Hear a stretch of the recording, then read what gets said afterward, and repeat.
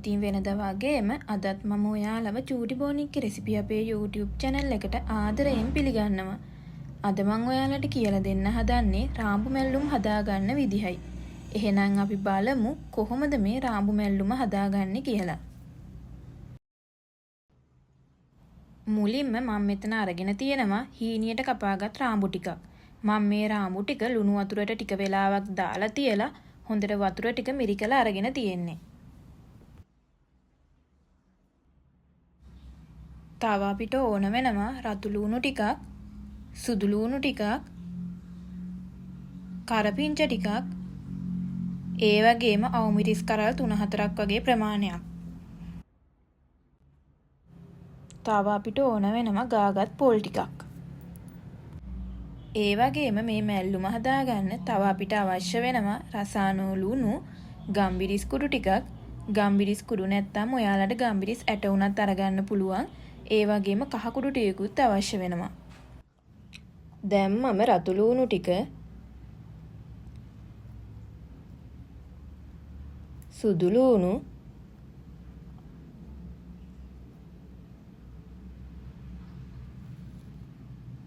කරපිංච ටික, කපාගත් අවුමිරිස් ටික,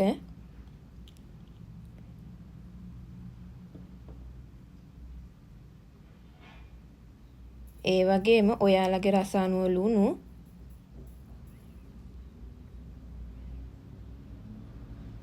කහ කුඩු ටික,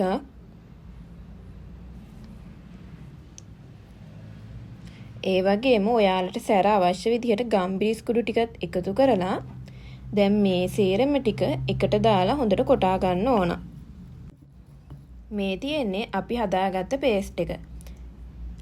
දැන් මේකටම පොල් ටිකත් එකතු කරලා ඒ ටිකත් හොඳට කොටා ගන්නවා.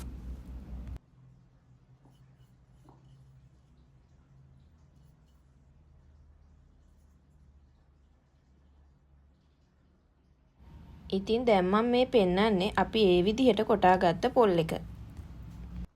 හරි, එහෙනම් අපි දැන් බලමු කොහොමද මේ රාඹු මැල්ලුම හදාගන්නේ කියලා.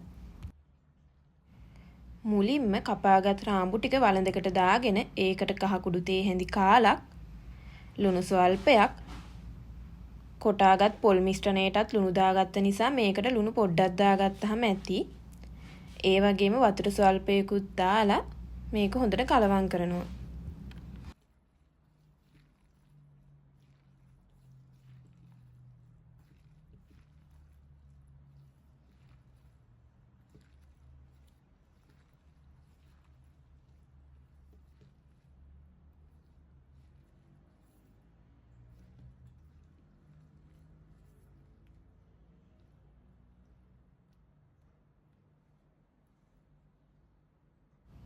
දැන් මේක පියනකින් වහලා සාමාන්‍ය ගින්දරේ ටික වෙලාවක් උයා ගන්නවා.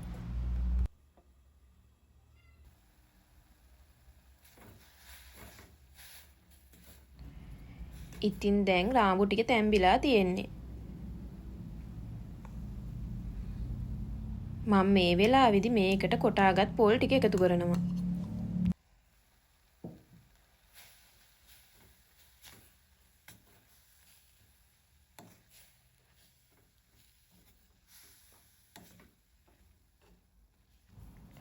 පොල් ටික එකතු කරලා හොඳට කලවම් කරලා ආයෙත් අඩු ගින්දරේ විනාඩි 5ක් වගේ කාලයක් මේක උයා ගන්න ඕන.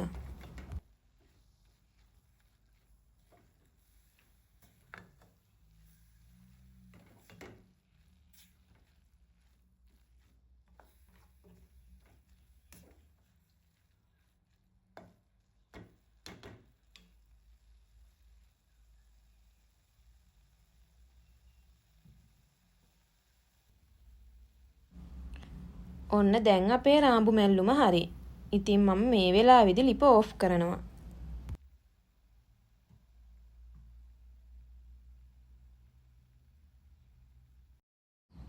ඉතින් මේ තියෙන්නේ අපි හදාගත්ත රාඹු මැල්ලුම. ඉතින් ඔයාලත් මේ විදිහට රාඹු මැල්ලුමක් හදලා රස කොහොමද කියලා අපිට කියන්න. ඉතින් ඔයාලා මේ වීඩියෝ එකට කැමති නම් වීඩියෝ එකට ලයික් කරන්න, කමෙන්ට් කරන්න. ඒ වගේම ඔයාලගේ යාළුවෝ අතර මේ වීඩියෝ එක ෂෙයා කරන්නත් අමතක කරන්න එපා. එහෙනම් මේ වගේ තවත් කෑමක රෙසිපියක් අරගෙන මම ආයෙත් එන්නම්. ඔයාලට සුබ දවසක්.